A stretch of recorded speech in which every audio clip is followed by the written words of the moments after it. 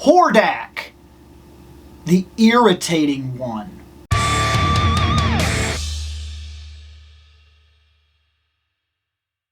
So we've discussed this on the channel a couple of times.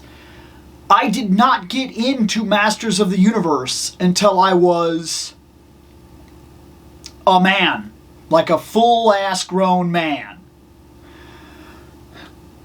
That is Hordak.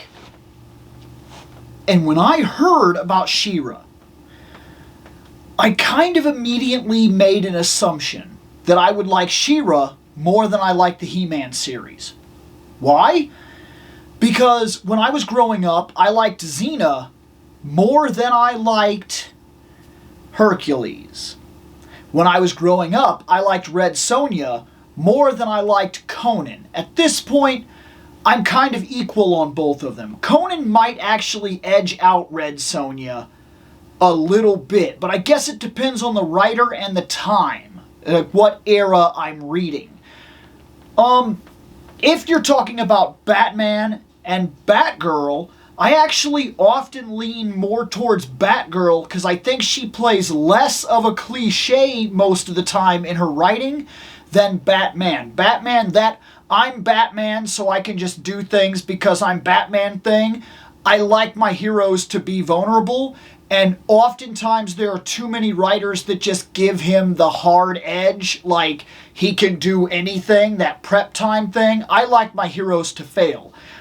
Nightfall was my favorite era of Batman. That was when I felt he was the best version of himself. And I'm talking about the entire era, not just that storyline. Because I would watch him fail. He would struggle. There were difficulties. Sometimes he wouldn't figure things out. And he couldn't just, like, defeat God entities by... And then like, when they're like, I don't understand how he could have done that. Because I'm Batman. I hate that. I hate that. I think it completely, when Batman is a cliche, it destroys the character. I don't like it. It drives me crazy. So, time and time again, I found myself liking the female characters. I find them to be a little more down to earth. I love Wonder Woman. I like how, I just love, it's hard for me to explain. I feel a more human connection to Wonder Woman than I do to the cliche muscle-bound superheroes. That hits me all the time, that she feels like a person to me. I like when Superman is written that way. I don't like when Superman has, like, basically 6 arcs back-to-back where he punches his way to victory. And not that Wonder Woman doesn't do the same thing, but there is a legitimate difference in her. And also, I could put the Flash in this. Flash will tend to, like, visit his supervillains and treat them as people. And it's not often that I see Batman or Superman, not that it doesn't happen, where they respond to their supervillains as people. Where they appeal to the humanity and solve the situations in different ways and care about them after the fact. Wonder Woman is known to spend time at the prisons where her enemies have been, like where they've been locked up. She goes visitations and sees them sometimes and things like that. There are entire storylines about her doing these kinds of things. So, when it hit me that I'd viewed superheroes a certain way for so many years, not that Conan really falls into the superhero game, but you get it, I assumed immediately that Hordak was going to be an awesome bad guy, and that She-Ra would be the one I preferred to He-Man. No. I like She-Ra a lot. I think it worked quite well. It did not take me long. Like, there's 2 seasons of She-Ra, there's 2 seasons of He-Man.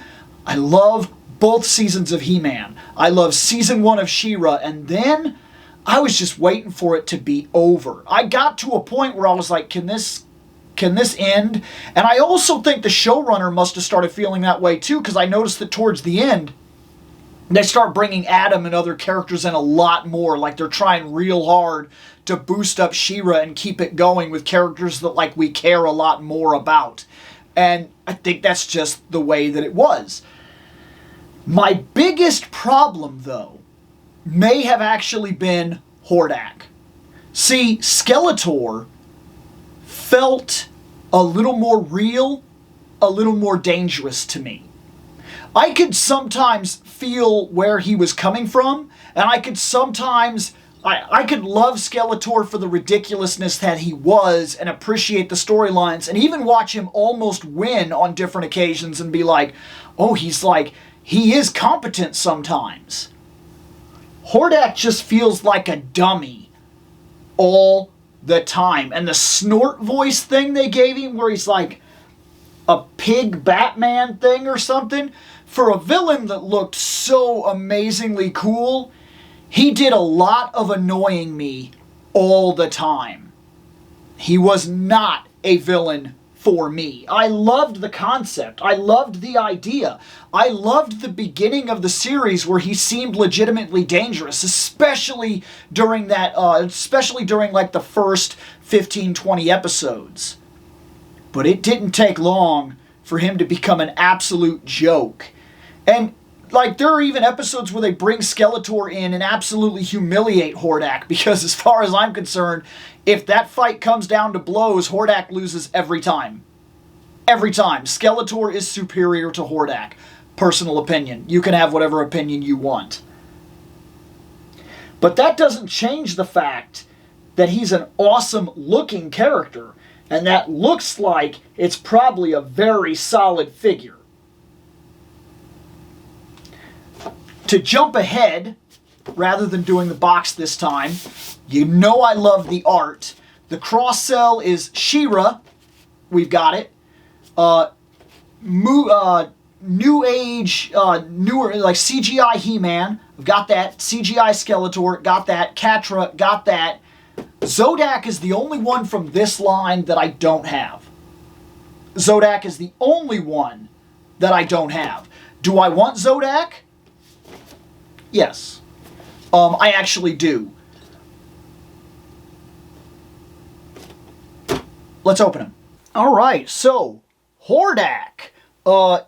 Not bad, if I say so. Even if I say so myself. Everything is here that I expect to be here. He's got his decent armor. I like that. I actually like that a lot. I like the emblem and everything. His head is pretty good.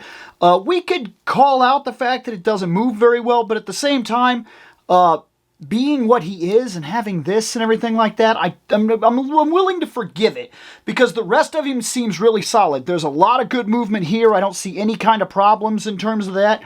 Like, he's going to be able to move it very well and use his Mega Man cannon and everything like that.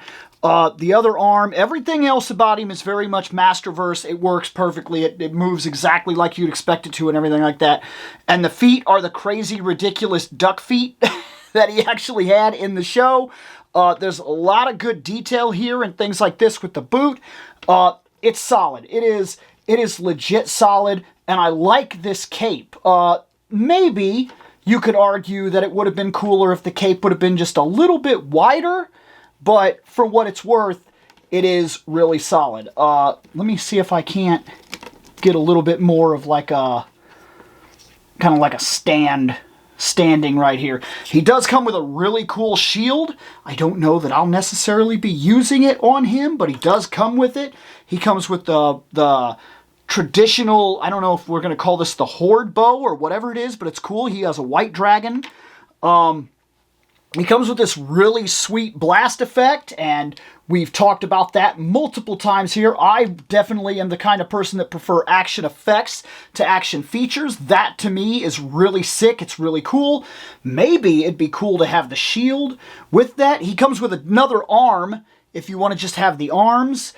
He comes with a gun trigger, pointer finger type of thing. He comes with a holding hand.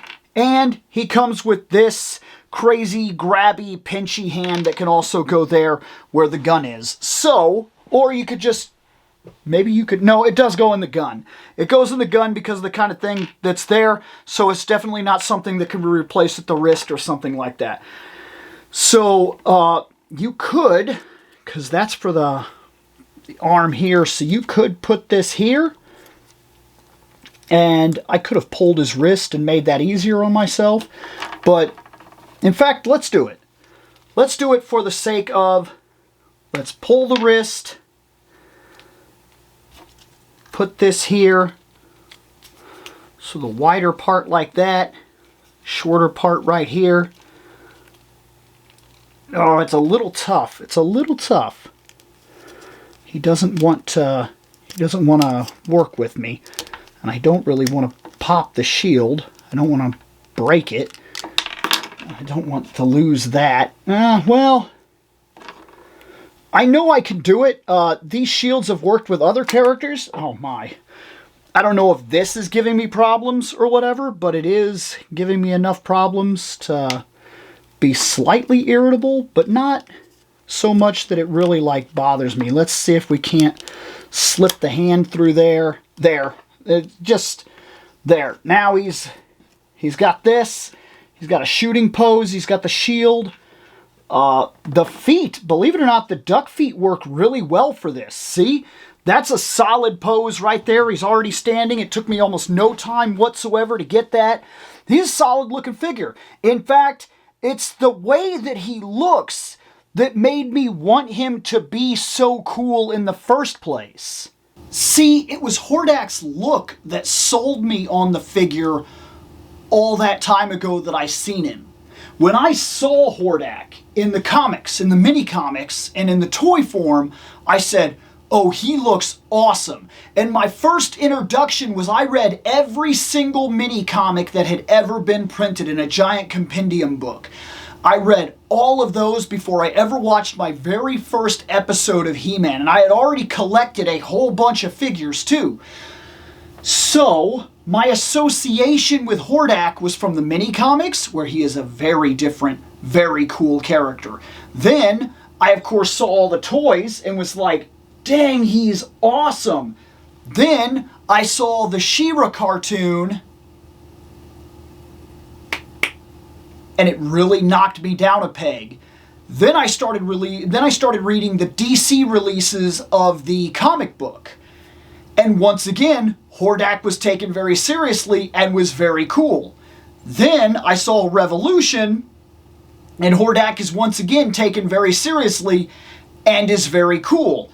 This Hordak here is probably the one I dislike the most, because he is the one specifically from Princess of Power, She-Ra. But at the same time, that is a really solid, really cool, no BS, wicked, wicked figure. And because there's a very swords and sorcery meets sci-fi type of thing going on in Motu, and because the property is very malleable, I have no problem putting that really awesome looking figure on my shelf and just using my own headcanon for how cool he's supposed to be. And I'm fine with that. I've added Hordak to the shelf. No regrets. Later.